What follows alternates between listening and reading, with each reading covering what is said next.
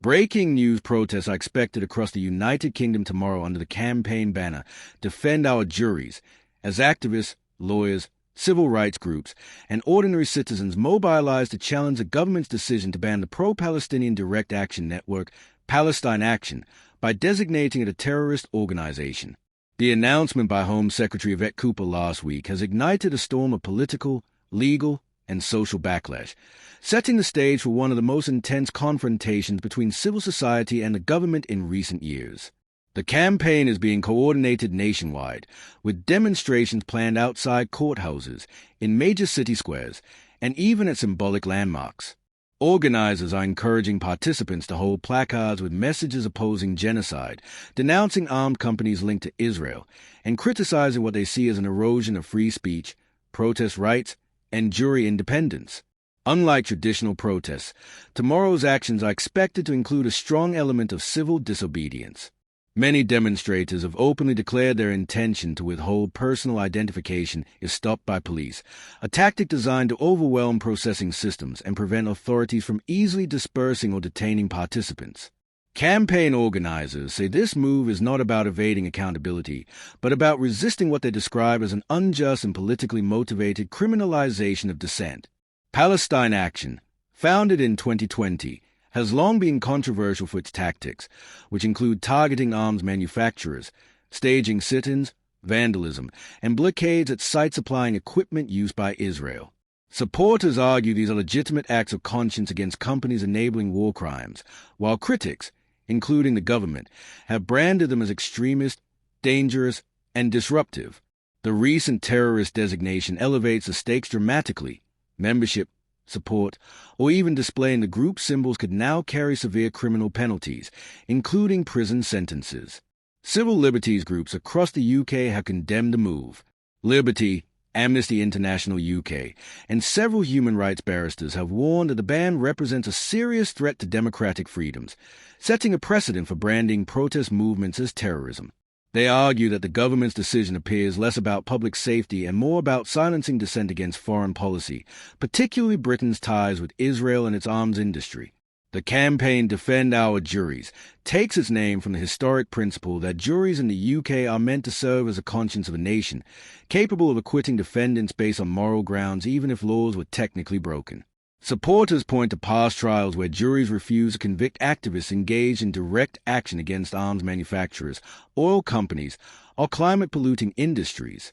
By criminalizing Palestine Action wholesale, critics argue, the government is effectively undermining the ability of juries to consider such cases fairly. The political fallout has been swift. Labour MPs are split, with some backing Cooper's stance on national security, while others have voiced discomfort, citing the party's broader human rights commitments. The Conservative opposition, meanwhile, has largely supported the ban, framing Palestine Action as a radical group that crossed a line from protest to terrorism. Yet grassroots members across the political spectrum, from student unions to trade councils, are rallying behind Defend Our Juries. In cities like London, Manchester, Birmingham, Glasgow, and Cardiff, thousands are expected to turn out. Police forces have been placed on alert, with Scotland Yard issuing warnings that disruption of public order will not be tolerated. However, many officers are reportedly concerned about the optics of mass arrests in cases where protesters are simply holding placards with anti-genocide slogans. Legal challenges are already underway. Prominent barrister Michael Mansfield KC, along with other lawyers, has announced that they will file for judicial review, arguing that the prescription is disproportionate, politically motivated, and potentially unlawful under human rights legislation. If successful, the challenge could overturn the ban in court, dealing a major blow to the Home Office. Meanwhile, Palestinian diaspora communities in the UK have voiced strong support for the protests, framing the issue not only as a civil liberties matter but also as a moral obligation to resist complicity in oppression abroad. Several families of Palestinian origin are expected to join demonstrations, carrying signs with messages like freedom to resist and stop arming apartheid. The media landscape has also been sharply divided. Right-leaning outlets have amplified government messaging about security threats, painting Palestine Action as violent extremists. Left-leaning and independent media, however, have focused on the chilling effect of the ban, publishing editorials warning that today it is Palestine Action, tomorrow it could be climate protesters, trade unions, or even journalists. Internationally, the decision has drawn scrutiny. Human rights organizations in Europe and the United States have expressed alarm, while the Israeli government has praised the UK's stance, calling it a model for how democracies should deal with extremists.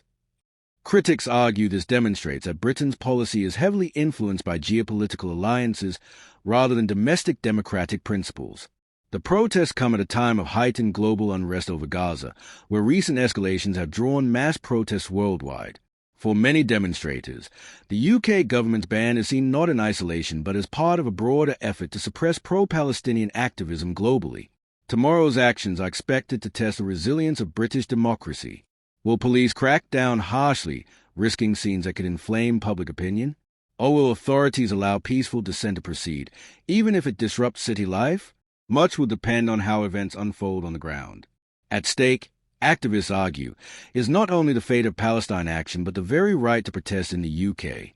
For many, this moment feels like a historic turning point, one that could shape the future of civil liberties for years to come.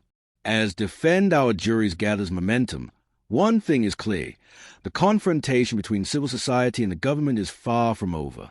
Whether through the streets, the courts, or the ballot box, the fight over protest rights, freedom of expression, and Britain's role in international conflicts will continue to dominate headlines in the days ahead.